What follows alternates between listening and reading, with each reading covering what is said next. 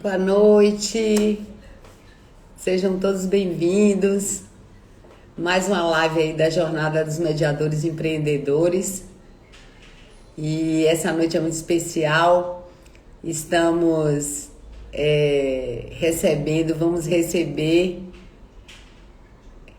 nossa querida e uma referência na mediação, Tânia Almeida. Com muita alegria, boa noite, Jane, Juliana, que bom vê-las aqui. Coisa boa, Nana também. Nossa convidada de hoje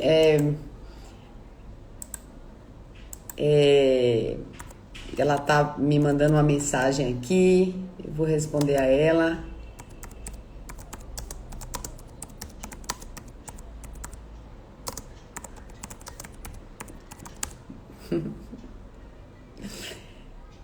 Que bom, sejam todos bem-vindos. Nana, que bom você estar aqui, querida.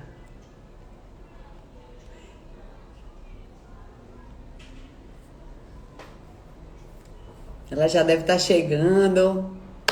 Então, gente, nossa convidada de hoje, muito querida, muito especial, Tânia Almeida, ela está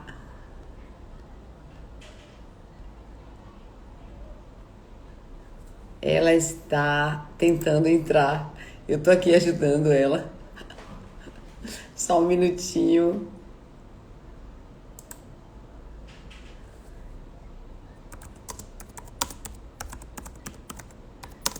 Deixa eu dar um alô para ela aqui.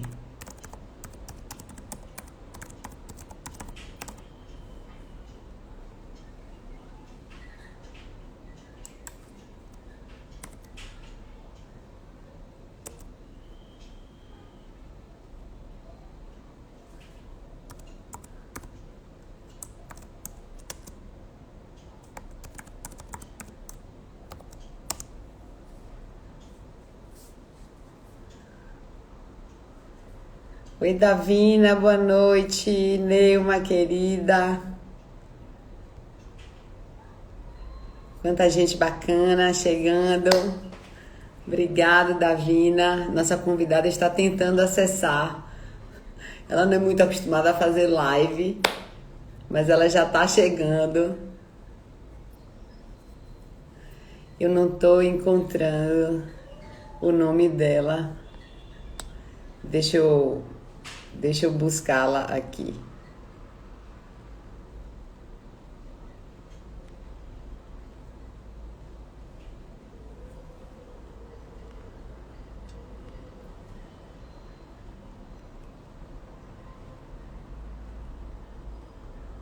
Só um minutinho.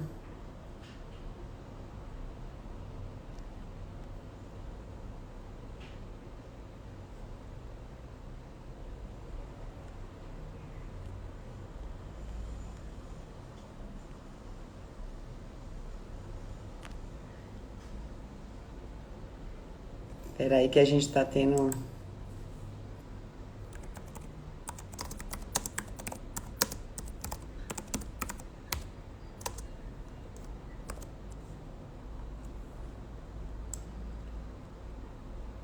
Só um minutinho. Tô tentando localizar ela aqui. Valesca, seja bem-vinda.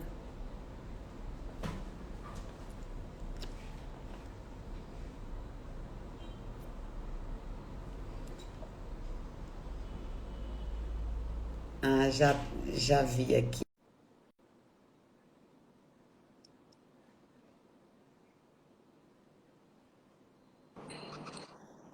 Ô, minha querida, Conseguiu agora? consegui ver. Eu Tudo acho. bom? Eu tô bem, obrigada. E você? Tudo bem, que bom, que prazer enorme estar com você. Agradeço muito, né, seu sua disponibilidade em participar, em conversar com a gente. Uma alegria enorme. Eu lembro quando teve aqui há muito tempo atrás, aqui na Bahia, participando de eventos aqui conosco. Muita saudade. Um prazer, Rosane, estar com você e com as pessoas que você está arrebanhando aí para essa conversa e para outras que eu sei que você vem fazendo.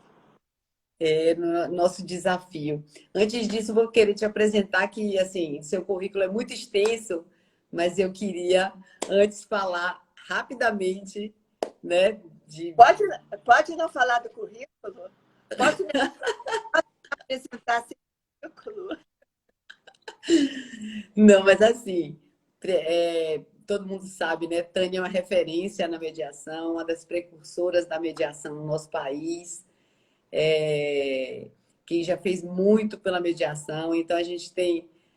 Você é tão querida, né, por tantas pessoas. Eu acho que todo mundo te conhece, mas fundou o Mediare, né, presidente do Mediare, é diretora do CONIMA, consultora do Banco Mundial, escritora, palestrante, influenciadora, podemos dizer assim. Esse é novo. A gente está no mundo digital, né? Mas você acaba sendo muito influenciadora para todos nós, Tânia. É uma alegria. Tem tanta gente.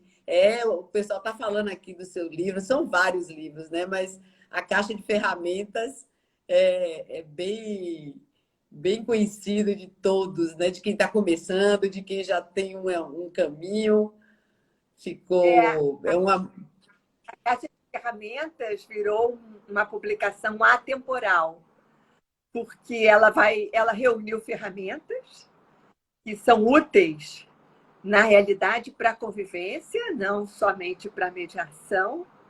E agora, mas a caixa de ferramentas, na realidade, para a mediação, ela é uma caixa aberta para nós irmos colocando novas ferramentas, porque como a mediação não faz restrição à profissão de origem, cada um que chega com o seu tempero, sim, colocando algo novo.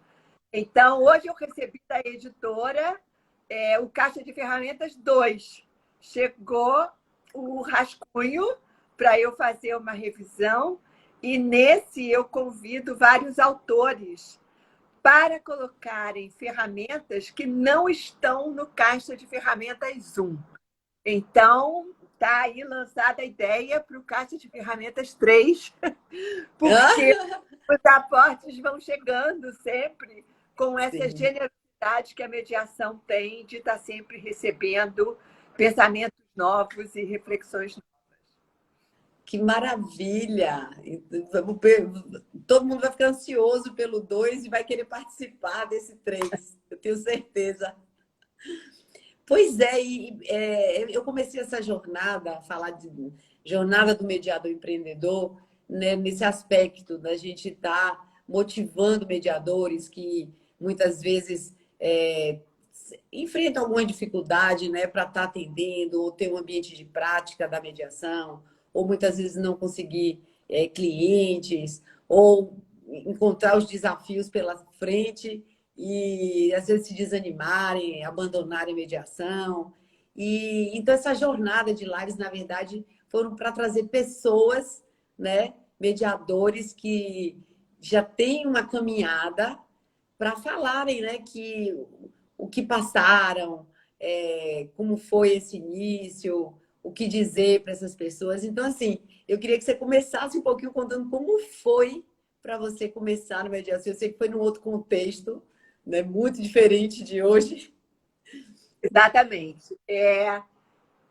Eu tenho uma formação multidisciplinar, Rosane. Eu saí da faculdade de medicina como neurologista em 1975. E em seguida eu fui para a psiquiatria, porque eu queria fazer neuropsiquiatria infanto-juvenil.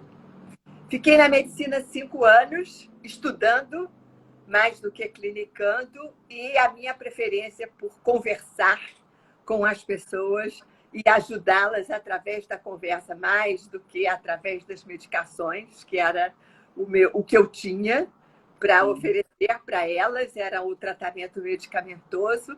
Eu fui para a psicanálise de crianças e adolescentes e logo na sequência para a terapia de família.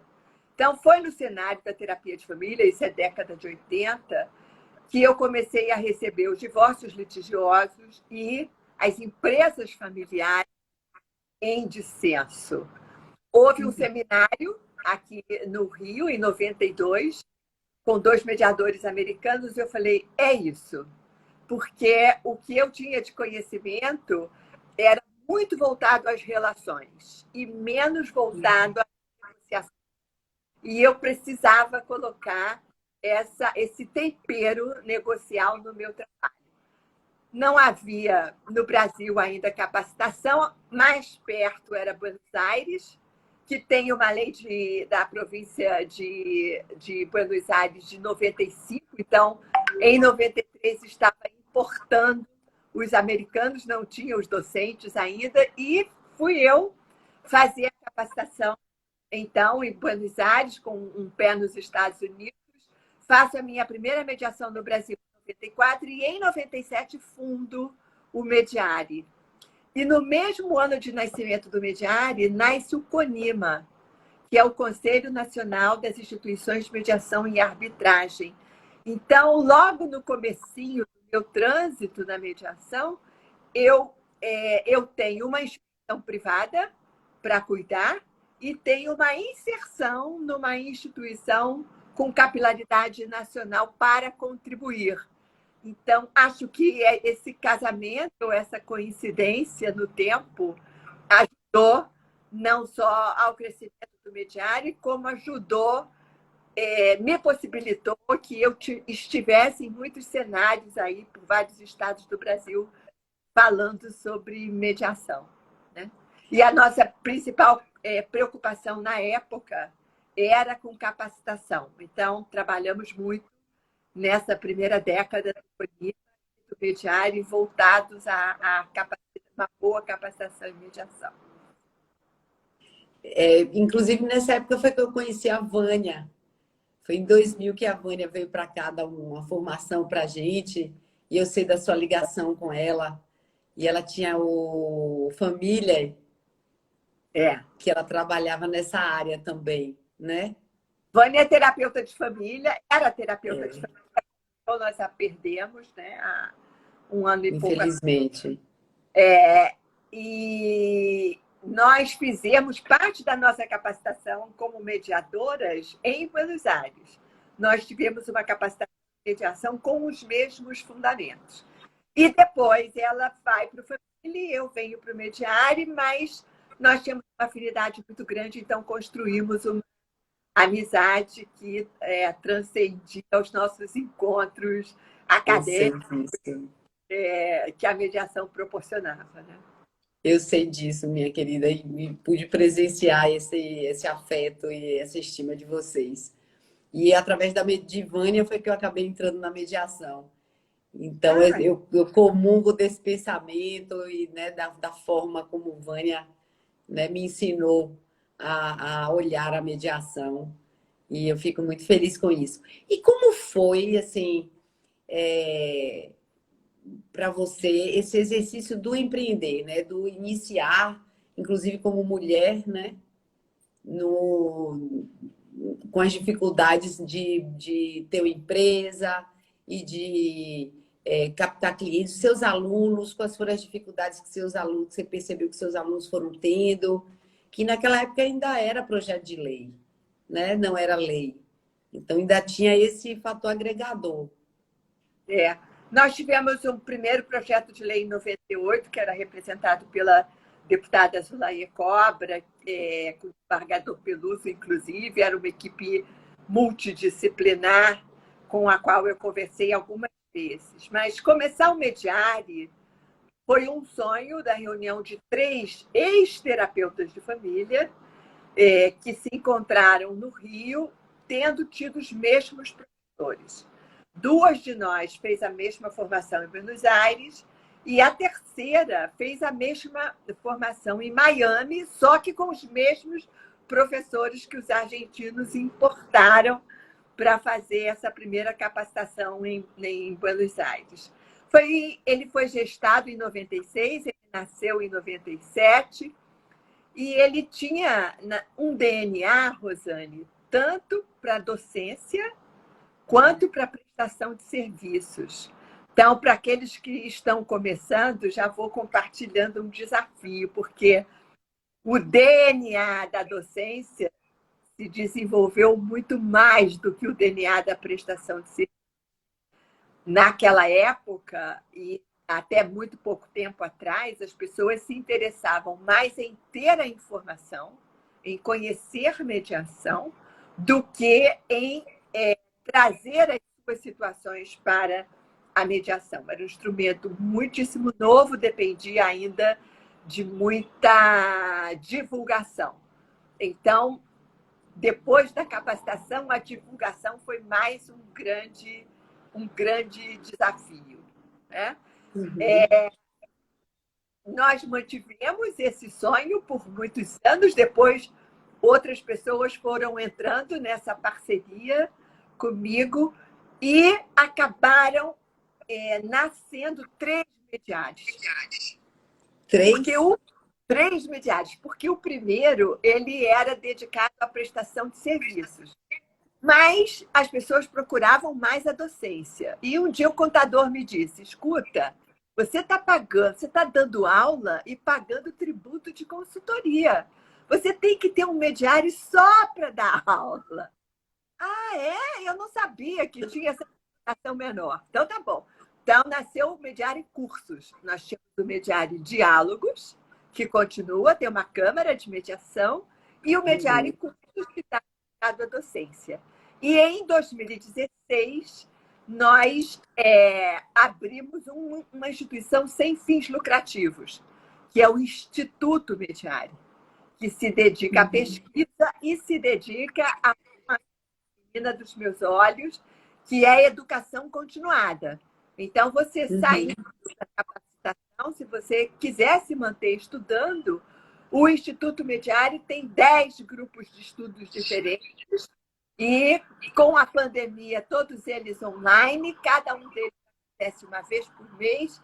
Então, é um lugar onde você encontra mediação família e sucessões, empresarial, empresas familiares, escolar, comunitária, etc., etc., civil, etc., etc., etc.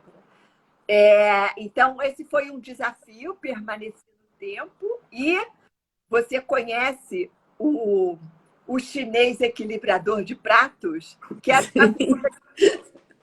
quando ele acabava de rodar o último prato, ele tinha que sair correndo, porque o primeiro já estava balançando. Eu sei como é. Tem sido assim, né? Gerir e gerenciar essas 3 instituições ao longo do tempo. Esse tem sido um desafio, mantendo qualidade, né? E mantendo a atualização também.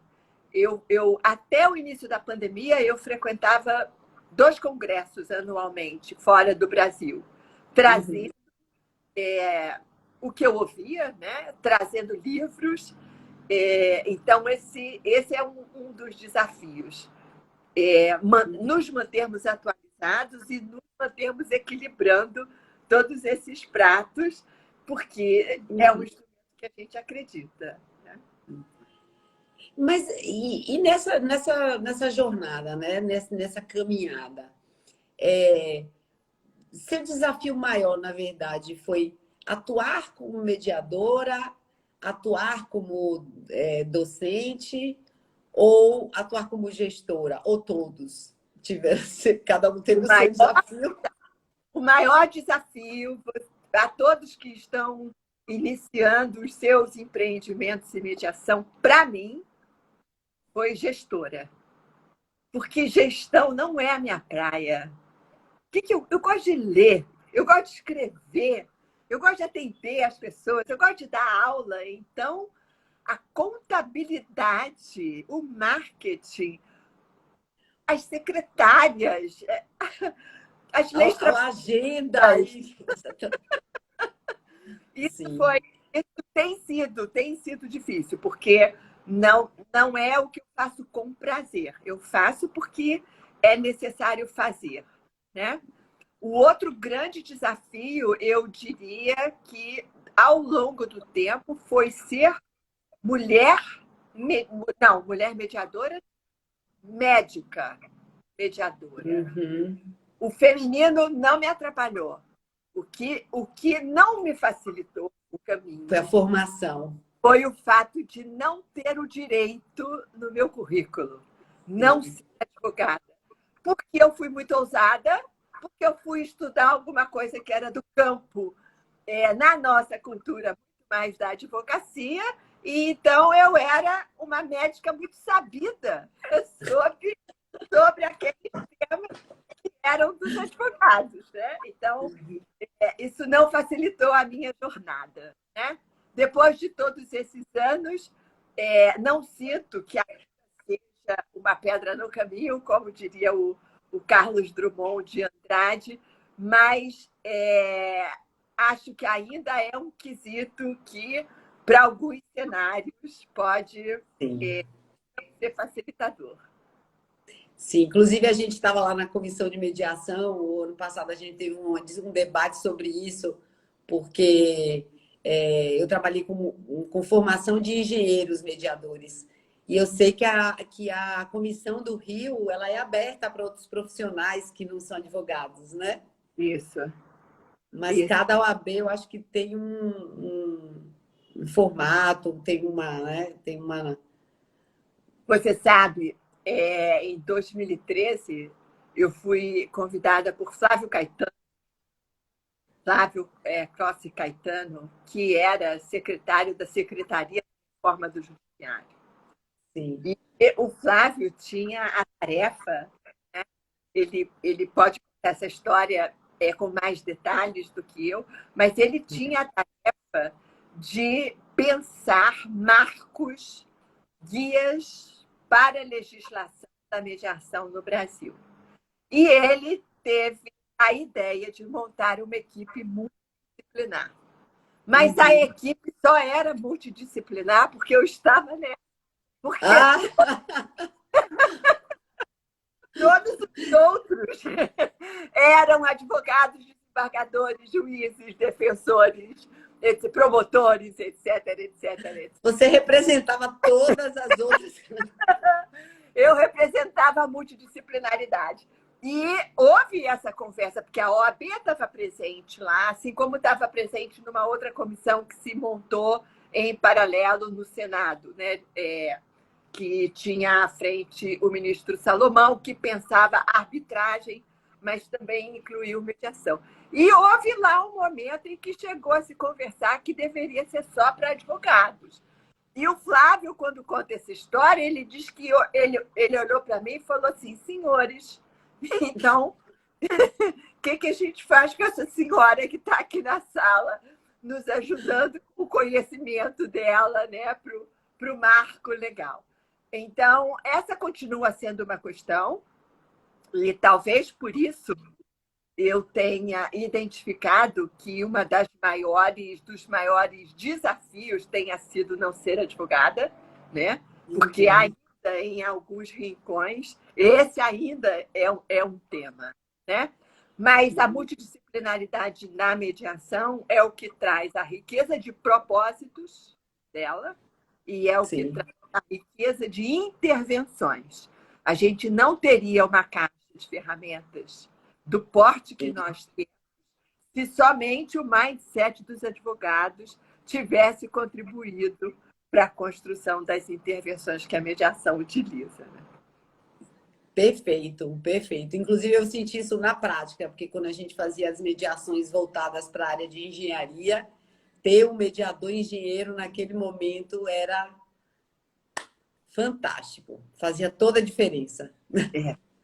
Eu trabalho muito em comediação, Rosane, e Sim, eu tenho sempre um expert comigo daquela área que eu estou atuando. Eu hoje atuo na área empresarial, eu me distanciei daquelas situações de divórcio e me aproximei, me encantei mais pelas empresas familiares. Então, fiquei com as empresas familiares e hoje não, há anos eu já ampliei para empresas não somente de origem familiar, capital aberto, capital fechado, pequeno, médio, grande porte, né? Mas Uhum, faz muita diferença você estar com alguém que entende aquele idioma, né? O mediador é uhum, especial conhecimento da matéria porque ele não vai ser um julgador e ele nem vai uhum, opinar sobre o uhum. tema, mas ele precisa fazer perguntas adequadas sobre aquele tema e ele precisa entender a linguagem de cada cenário, né? Então, Uhum. eu gosto de saber que você também está levando para a engenharia esse conhecimento e cada vez mais a gente tem câmaras temáticas, né? Sim, Câmaras para a propriedade intelectual, câmaras para as questões de engenharia e por aí estamos caminhando com as especificidades, né? sim, graças a Deus. E a gente percebe que esse movimento se amplia a cada vez, né? E as pessoas É, começam a entender, do mesmo modo que a questão da mediação judicial e extrajudicial. Às vezes tem aluno que diz assim, ah, mas esse curso extrajudicial, ele tem o aval do CNJ? Então, assim, ainda existe também muita, né, confusão em relação eu posso empreender tendo feito só a formação em mediação judicial, isso é só para mediação extrajudicial.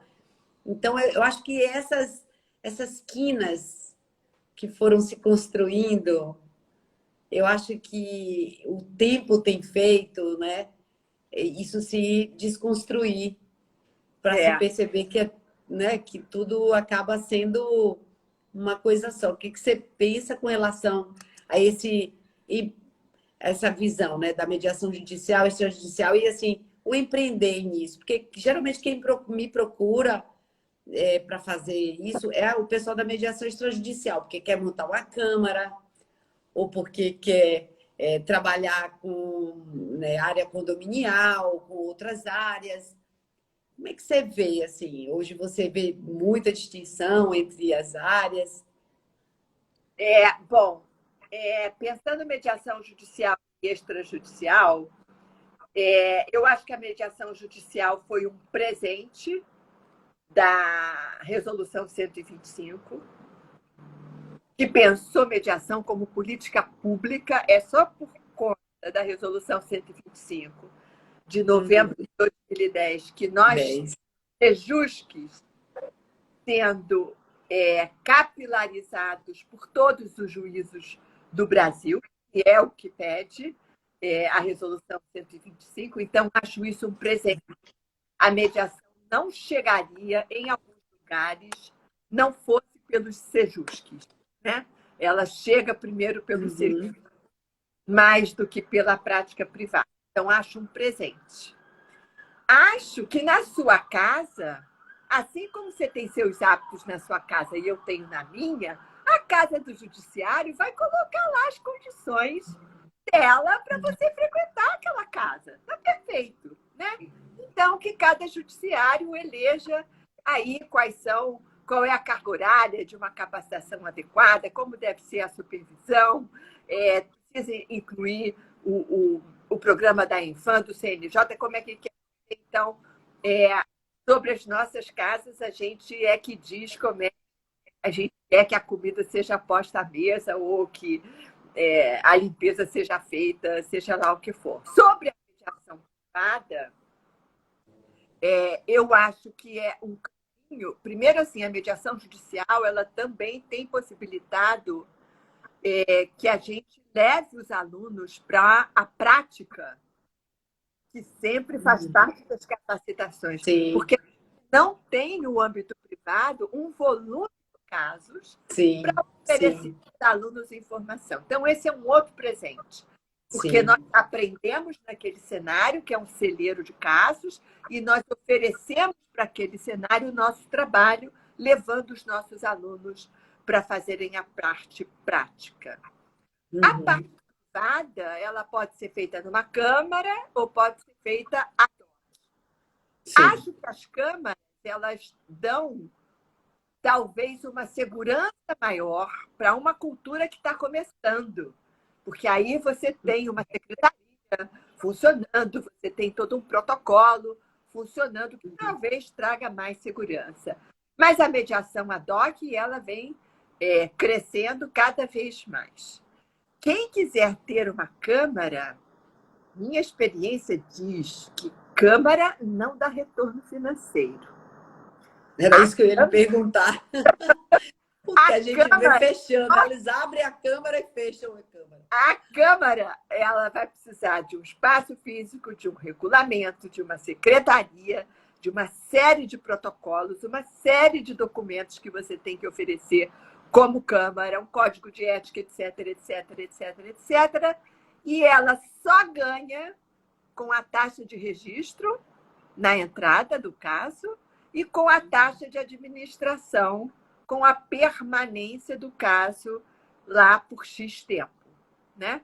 Porque o honorário do mediador, ele tende a ser um honorário que não é bitributado. Então, ele não passa pela Câmara para depois ir para o mediador, a menos que você seja dono da Câmara, né? Porque aí isso vai ficar como lucro. Mas se você participa de uma Câmara, você oferece a sua conta fiscal e o cliente deposita direto na sua conta.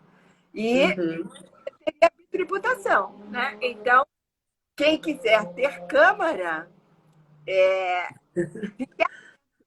muito trabalhoso, é muita responsabilidade e não é a Câmara que traz compensação financeira. O que traz a compensação financeira é o trabalho de campo. E fica aqui a dica também, cobrem direitinho, porque... Era isso que eu ia trazer esse tema para você falar. Porque esse tema é um tema espinhoso. O mediador não gosta muito de ficar falando disso, mas é uma das queixas, né, que a gente mais escuta, né? Ah, eu fiz a formação, eu investi. Outro dia, inclusive, eu disse uma frase que muitos mediadores devem ter escutado, né? Ou de suas famílias, ou de seu marido, ou de sua esposa, ou de alguém, mas dizer assim: tá bom, você tá cheia de curso, já aprendeu um monte de coisa, que hora você vai começar a ganhar dinheiro com isso? Então, assim, essa frase, eu acho que muitos mediadores devem ter escutado, né? E aí, os alunos e as pessoas que estão começando, que é justamente a minha intenção em fazer essa jornada, é dizer para eles, assim, dar meios, né, deles se aventurarem mais, se arriscarem mais, empreenderem na mediação, não desistirem da mediação, mas eles sempre perguntam como que eu vou ganhar dinheiro, né? Assim, as pessoas não conhecem mediação, as pessoas, né? Onde eu não sei onde eu vou buscar esse cliente, enfim, essa questão de como ganhar dinheiro com a mediação. Agora você vai dar essa dica para todo mundo. É a pergunta de $1 milhão, essa pergunta. Eu posso falar da minha experiência. Assim, não é o mercado atual. A mediação é um mercado futuro. Mas é um mercado futuro de crescimento exponencial. Já houve tempo em que eu achava que eu era somente uma semeadora dessa prática. E hoje eu já vejo as árvores crescidas, né? E algumas árvores já dando os seus frutos. Então, assim, é um investimento para retorno a médio e longo prazo. Não é um investimento para o retorno imediato.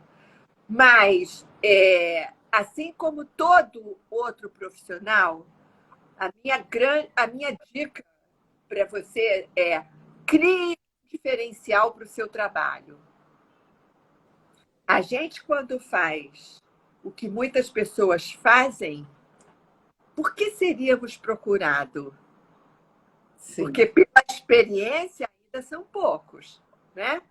Mas pelo nosso diferencial, isso sim, isso traz uma procura. O Folger, que é um dos autores da mediação transformativa. Criadores, Bush e Folger, eu assisti em uma ocasião dizendo: não me perguntem o que eu faço, porque o que eu faço, muita gente faz. Me perguntem como eu faço o que eu faço. Então, essa é a dica. Como cada um de nós está desenvolvendo as suas habilidades, qual é o diferencial que você vai oferecer para o mercado para que você tenha esse cliente. Você precisa da divulgação. A divulgação pessoal ela não é suficiente, né? O CONIMA e o ICFML estão divulgando cards. Já tem um projeto que já tem um ano, cards que divulgam a mediação. Eu faço parte desse projeto porque eu ajudo a lapidar as práticas, falando da mediação em diferentes áreas. A gente tem pesquisas internacionais mostrando que o mundo corporativo não quer mais litigar. Os jurídicos corporativos identificaram com clareza que não é pelo litígio, né?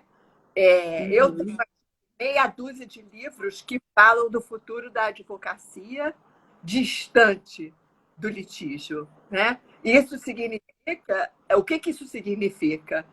O mundo corporativo foi para a arbitragem. E, estando na arbitragem há algum tempo, identificou que é um instrumento mais caro e é um instrumento que se processualizou e que está levando mais tempo. E que, na realidade, mantém uma heterocomposição, porque tem um julgador da mesma forma. E isso aproximou, essa diferença da mediação para a arbitragem, aproximou o mundo corporativo da mediação. Porque na mediação, o que eu tenho? É um instrumento tempestivo, ele se dá no tempo das pessoas, não é no tempo do protocolo. Não tem etapa do 1, 2, 3, 4. É um procedimento, né, que tem fases que são observadas para ter um bom resultado.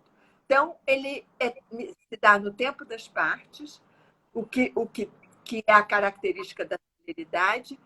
Ele é efetivo porque as soluções são de autoria das pessoas. Então, são elas que as soluções são customizadas, elas atendem ao perfil de cada um e atendem ao modelo de negócio, né? Hoje, a tecnologia da informação, se não tiver mediação, não tem como resolver suas questões, porque são questões que precisam ser resolvidas em dias.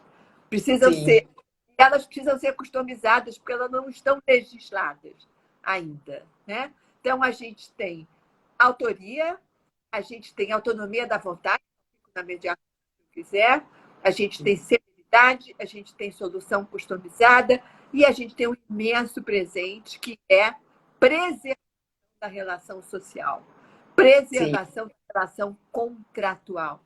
Porque como não vai ter um ganhador e um perdedor, como vai se trabalhar em prol do benefício mútuo, eu posso encostar na cadeira, eu não tenho que ficar batalhando para a minha ideia ser. Muito pelo contrário, escutar o outro muito bem, que eu tenho que oferecer uma alternativa que me atenda e o atenda sem me desatender. E ele precisa fazer a mesma coisa.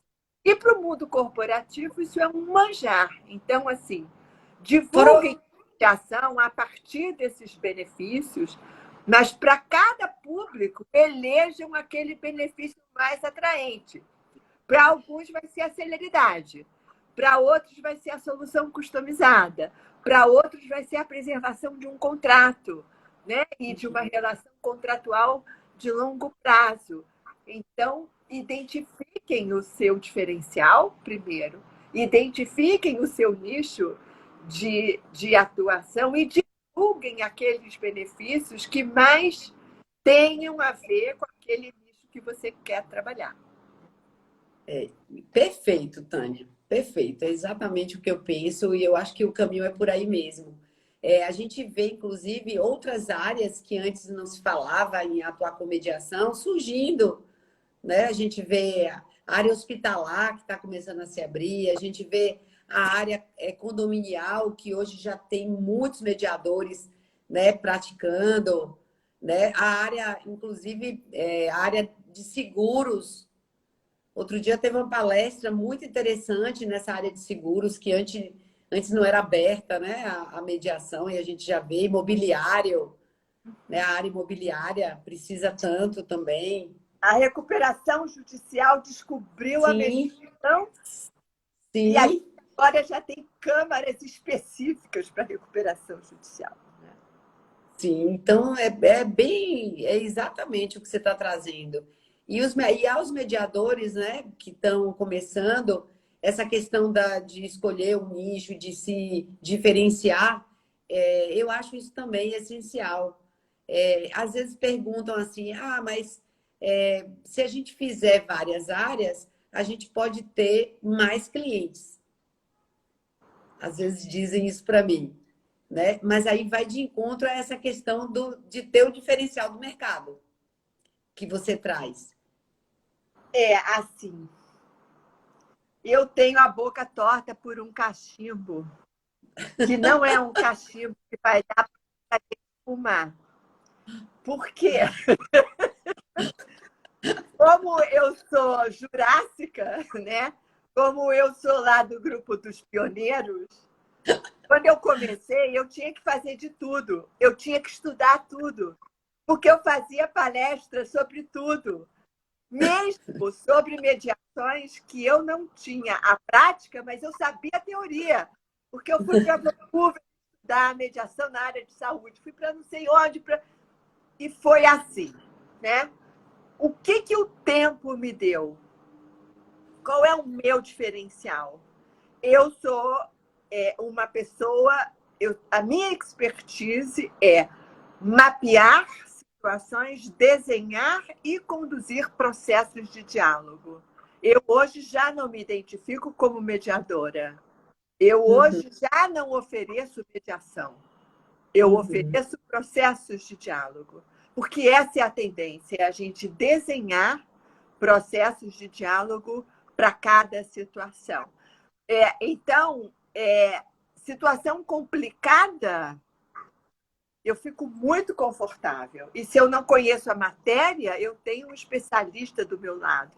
Porque a minha especialidade vai ser trabalhar com situações complexas. Né? Esse foi o diferencial que eu fui construindo ao longo do tempo. Então, o diferencial pode estar na área de atuação, mas pode estar em outras habilidades que a gente vai descobrindo aí sim, ao longo da vida, né? sim. Tânia, a gente tem tantas perguntas. Eu nem sei se eu faço mais uma pergunta ou se eu leio. Vamos ler o que é que o pessoal está perguntando aqui. Deixa eu ver aqui. Deixa eu ver qual é a pergunta que tem aqui. Onde encontramos essas pesquisas que você comentou? Estão Ah, perguntando aqui. uma é um 1000 Fortune. 1000 Fortune. É uma publicação, a última pesquisa é de 2011, mas é uma pesquisa riquíssima sobre mediação no mundo corporativo. E ela foi feita, eu acho que junto com o CPR e uma universidade americana. Esqueci agora, mas coloca lá o 1000 Fortune, pesquisa de mediação. No Brasil, a gente tem a Daniela Gabay, que vem escrevendo sobre câmaras brasileiras e levantando dados do tipo: a comediação é crescente no Brasil, cada vez mais se trabalha com mediação ad hoc, a média de mediação corporativa no Brasil é de 6 meses, né? Para menos e para mais um pouco. E Daniela faz publicações. Então, procurem Daniela Gabay, né? Ela é FGV São Paulo. Câncer CBC faz pesquisas também. Eu estou participando de uma task force nesse momento da Câmara para revermos ou ventilarmos cláusulas de mediação, porque a mediação ela está parecendo água, ela entra quando já tem arbitragem, ela entra quando já tem processo judicial, ela entra sempre que o diálogo for ela entra no dispute board, então ela não precisa ser um instrumento isolado, ela pode ser um instrumento articulado com muitos outros instrumentos. A gente está pensando em como fazer uma redação que possa dizer isso, mas então procurem, se a pesquisa brasileira, tem Daniela Gabay, eu não sei se o Câncer CBC já publicou alguma coisa nessa direção, peço desculpas, mas talvez entrando no site a gente encontre algo. Daniela tem uma publicação bem recente sobre dados na mediação no Brasil. Ah, interessante, que bom então. Tá vendo, pessoal? Aí vocês depois, né, vamos pesquisar. Tem tanta gente bacana aqui com a gente. Tem Grazi, lá de PH com a gente. Tem o pessoal da jornada aqui, Márcia, o pessoal da comissão de mediação, vários advogados, advogadas. Podem fazer perguntas, viu, pessoal? Que eu vou dando uma interrompida assim para poder vocês tirarem alguma dúvida. Aproveitem que Tânia está disposta hoje a revelar várias coisas aqui. Vários advogados, a minha sugestão vocês precisam conhecer o sistema multiportas a fundo. Vocês precisam conhecer mediação, arbitragem, conciliação, dispute board, avaliação neutra de terceiro e por aí vai. Então, aí meia dúzia de instrumentos que o Brasil já está praticando com algum vigor. Por quê? Porque cada vez menos caberá ao advogado dizer o que o cliente deve fazer. Isso aconteceu na medicina e os médicos, no início, tinham muita preocupação porque o cliente chegava tendo passado na internet na véspera e perguntando sobre um remédio que ele não tinha lido ainda, entendeu? Então, o sistema multiportas é um sistema que fala do princípio da adequação, que está lá na resolução 125. Então, a gente vai deixar de indicar a ferramenta que a gente conhece. Eu indico judicialização porque é o que eu conheço. Eu indico mediação porque é o que eu conheço. Não será mais assim, né? A gente tem aí uma literatura bacana sobre a mudança da prática da advocacia nessa era do sistema multiportas, né? E nessa era dos algoritmos, em que os algoritmos estão dando conta daquele direito que é repetitivo, né? Mecânico. Então, assim, conheçam o sistema multiportas para usarem o princípio da adequação. Esse pode ser um diferencial para advogados. Aquele advogado que tem no seu portfólio de serviços ser mediador, eu acho que é legal, mas aquele advogado que sabe atuar numa mediação, eu acho que é outro diferencial. Aquele advogado que conhece o sistema multiportas e vai, junto com o cliente, identificar qual é a porta que melhor vai atender o seu cliente. Eu sempre menciono, eu vou aos congressos da American Bar Association todos os anos, não na pandemia, mas foram antes 17 congressos, eu fui a todos eles, e em 2008 eu assisti pela primeira vez o relato de um caso de um cliente que abriu um processo contra o advogado de responsabilidade civil, porque ele descobriu, depois da situação dele judicializada, que a mediação seria mais interessante do que a judicialização. E teria cabido àquele profissional indicar para ele o melhor caminho. Então, assim, acho que a gente não tem essa vibe americana de abrir processo contra os profissionais, mas esse pode ser um diferencial para quem está no campo da advocacia. Usar, e para todos nós, né? Usar o princípio da adequação ao indicar para um cliente um método para a resolução da sua controvérsia. É muito interessante isso. Faz todo sentido, e lá na comissão, às vezes a gente conversando, eu trago muito essa questão de, à medida em que a sociedade fosse apossando desse conhecimento e for tendo essa clareza, ela que vai cobrar dos advogados, dos escritórios não oferecerem.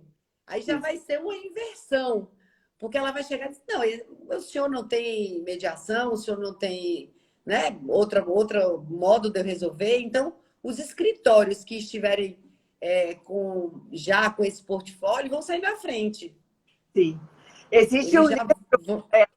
da Julie McFarlane, chama-se The New Lawyer, o novo advogado. É uma pesquisa, uma advogada canadense, uma pesquisa feita durante 10 anos. E ela fala sobre isso. A gente vai deixar de ser o especialista que diz qual é o caminho. O cliente vai chegar e vai pedir um determinado instrumento para a resolução da controvérsia dele. Então, eu corroboro com o que você está dizendo.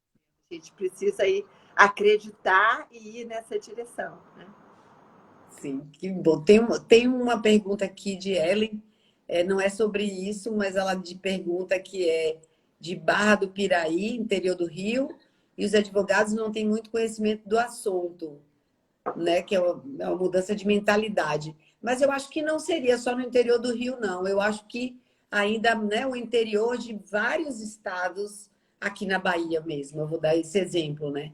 A gente fez um movimento aqui na comissão de mediação para fazer a interiorização da mediação, né? Com novas comissões, né? Em cada subseção sendo abertas. Mas a gente percebe, agora mesmo eu fui chamada para dar uma palestra em Teixeira de Freitas, eu disse, por que a gente não faz um mini curso? Ela fez, ninguém vai se inscrever. Ela disse para mim, ninguém vai se inscrever no mini curso, porque ninguém sabe nem o que é. Eu disse, nossa!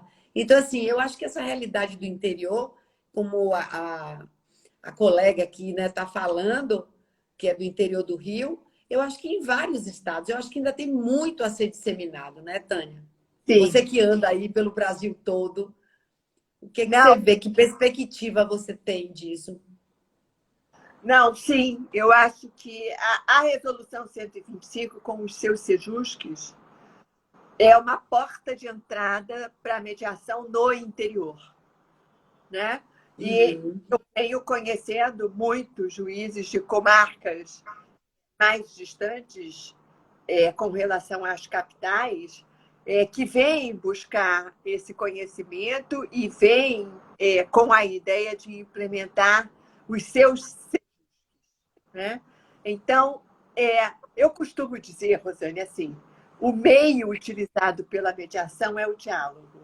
Não há contraindicação para o diálogo. Então, não usa o diálogo quem não conhece, que é uma possibilidade dentre outras, para resolver a questão. E mesmo que você já esteja brigando com outro, que você já esteja na arbitragem, que você já tenha judicializado uma questão, nada impede que Sim, janelas de mediação possam ser utilizadas, né? E a gente sim. pode dar uns passinhos atrás para tentar resolver pela composição. Inclusive até na arbitragem, né? A É. arbitragem tem também a inclusão da mediação, né? Pode se incluir, né? Sim, está nos regulamentos das grandes câmaras. Essa semana mesmo conversava sobre Sim. isso, que são as mediation windows. Então, os regulamentos dizem que tanto as partes quanto os árbitros, assim como os juízes, em identificando que uma janela de conversa possa ser útil, né? Até às vezes para dar maior desenvolvimento para a arbitragem, a mediação pode ser recomendada. E a mediação traz aí um diferencial, Rosane, que esse eu acho que vai ser um grande diferencial de destaque no mercado, que inclui a judicialização e que inclui a arbitragem. Ela não faz restrição à pauta. Se você judicializa juiza ou se você abre uma arbitragem, esses julgadores só podem tratar daquilo que motivou o procedimento. Sim, Aí se abre sim. uma janela de mediação, o que acontece? Né? Acontece que você tem acesso ao conflito, que é o que está dando origem àquele dissenso, e vai dar filhotes se Vai. não for abordado. Então, você É, tem eficácia mais ampla, e o que acontece? A pauta pode ser maior do que a pauta da arbitragem, pode ser maior do que a pauta do processo judicial. Então, provavelmente. indo para na mediação, você vai trazendo fatos novos, quantos você quiser. Se eles estiverem correlacionados e ajudarem a resolver aquela questão, são Sim, bem-vindos. Quantos processos sim. vocês têm? Temos 4. Querem trazer os 4 para a mediação? Pode, né? Basta que os advogados estejam de acordo. Então, na realidade, quando vocês trabalharem em mediação, não é um discurso só para o cliente, pessoal. É um discurso principalmente para os advogados. Não há mediação se os advogados não aderirem ao instrumento. Então, os advogados precisam ver benefício para a prática da advocacia nesse instrumento. Não vejam como concorrência, vejam como complementaridade. Né? Coloquem no portfólio de vocês. E sejam bons advogados na mediação também, que a gente precisa, porque facilita muito a mediação. Muito, com Né? certeza. Eu lembrei de uma mediação que eu fiz em comediação e foram 19 processos. Tinha um casal, tinha 19 processos entre eles. Envolveu vários advogados, né? E na mediação acabou resolvendo. E os advogados ficaram assim, ó, como se fosse assim, o que aconteceu? Eles não entendiam. Mas hoje utilizam muito. Então, eu acho que também, à medida em que os advogados também se oportunizam experimentar, porque muitas vezes não tem uma informação, né, sobre o que é o processo. Então, eu acho que uma das missões também das comissões de mediação, né, das OABs, é justamente estar cada vez mais divulgando o método, né? Sem dúvida. Ô, Sem dúvida. Tânia, e me conta agora, porque a gente já está chegando no final. É uma pena. Tinha que ficar umas 3 horas com você. Eu queria. Você já falou um pouco disso, mas eu queria de uma forma mais específica. Como você vê, você falou do cenário, mas assim, em relação ao online, né, a tudo isso que a gente passou, que eu acho que agregou muito, a mediação acabou, né, ganhando luz, né, nesse momento da pandemia, eu acho que ela acabou sendo muito eficaz. Como que você vê assim, esse cenário futuro da mediação, atual e futuro? Me conta. Cenário futuro é online, online, online. Né? Online. Cada vez mais plataformas. Por vezes, o procedimento não é exatamente de mediação, mas ganha esse nome. Mas cada vez mais plataformas em que a questão vai sendo resolvida pelos algoritmos. E se os algoritmos não dão conta, entra o humano para que aquela oportunidade não se perca. Eu acho que essa é uma tendência. A outra tendência é que o trabalho privado também se dê de forma remota. Você pode ter pessoas de diferentes países, de diferentes estados, você economiza nas idas e vindas para todo mundo. Até o pessoal do interior, né? Do interior do estado. Exatamente. E acho que e que a qualidade pode ser mantida da mesma forma. Né? Então, essa é a tendência. A outra tendência é com relação aos métodos, que é uma modalidade que a gente conhece por Mixed Mode, que é a gente vai abrir mão daquela cláusula escalonada, que você vai ticando o instrumento e jogando fora. Ah, já tentou Sim. mediação não serve mais, já tentou mediação, não serve mais. Não, todos os instrumentos vão estar sobre a mesa durante todo o tempo e a gente vai lá e pensa aquele que, para Que é aquele mais momento, adequado. atende mais o caso. Então, é menos fidelidade ao método e mais fidelidade à resolução de uma situação. Então, assim, estudem, mantenham-se atualizados. A pandemia me trouxe a oportunidade de escrever uma publicação por mês. Então, se vocês... Vou fazer propaganda agora, tá, Rosane?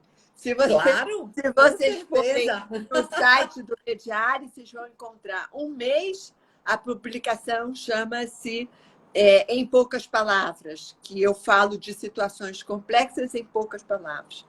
E no outro mês chama-se Leia Comigo, onde eu publico uma resenha não acadêmica de livros voltados à negociação de diferenças, né? Então, esse último que vai sair agora, semana que vem, é título de um livro, que é Conversações Difíceis. Todo mundo pergunta como é que faz quando a pessoa é difícil. Então, eu encontrei na minha biblioteca 5 livros que falavam sobre conversas difíceis, fiz um apanhado de cada um deles e botei tudo num Leia Comigo só, com dicas lá. Compilado. Que Então, maravilha! a gente não tem tempo de ler tudo que se apresenta, então, como eu tenho voracidade pela leitura, aproveitem essas publicações, porque elas são curtinhas e são a essência do que pensa cada autor sobre cada assunto. Era isso que eu ia dizer. Eu digo, tem que aproveitar, porque já vem, né, já vem redondo, já vem pronto, né, já vem pronto para colocar em prática. O consumo.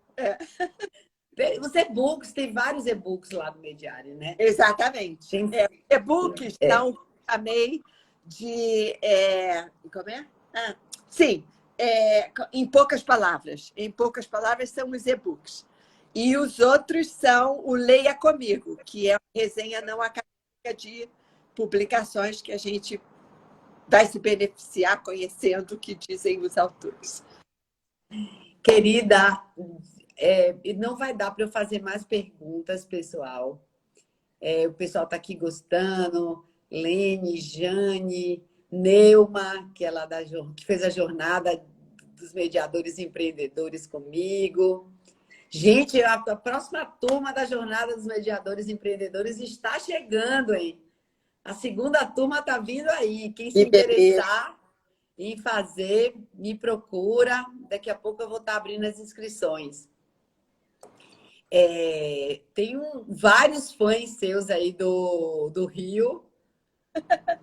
Tá bom. O pessoal daqui, da Vina, o pessoal do Desembargador Justino, que entrou aqui. Um prazer, querido. Ele é um mediador, ele é fã da mediação hoje, né? O desembargador ele já se aposentou, mas sempre trabalhou com família. Agradeço a presença, vários advogados queridos aqui. Tânia, eu lhe agradeço muitíssimo. Você gostaria de dizer alguma coisa para finalizar?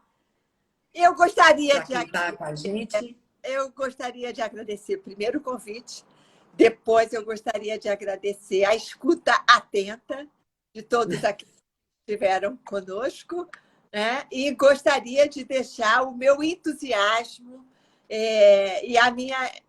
e parte da minha energia, que é uma das características do meu encantamento pela mediação, é falar com brilho no olho, né, sobre esse instrumento. Acreditem e perseverem, né? É um mercado futuro, não tenho dúvida. Crescimento exponencial. Minha querida, eu queria só lhe fazer uma declaração, porque quando eu conheci lá em 2000 a mediação, em 99 e 2000, através da Vânia, você estava, né, bem próxima dela e participava daquele movimento todo, vocês duas fizeram o meu olho brilhar. Então, vocês duas me inspiraram a vida inteira. Então, hoje eu estar aqui, tendo a oportunidade de lhe escutar e de sempre estar aprendendo com você, para mim é uma grande honra, uma grande alegria. E eu sei que de onde ela estiver, ela também está muito feliz com esse encontro. Porque sempre será minha referência, tanto Vânia e Yasbeck como você. E para tantas pessoas também que lhe acompanham. Então, obrigada por essas palavras. Eu tenho certeza que inspirou a muitos que estão escutando e os que vão escutar ainda. E que bom que a gente tem você na mediação. Que bom que a gente tem você para estar fazendo e produzindo tanto conhecimento, produzindo, né, tanto contexto de aprendizado.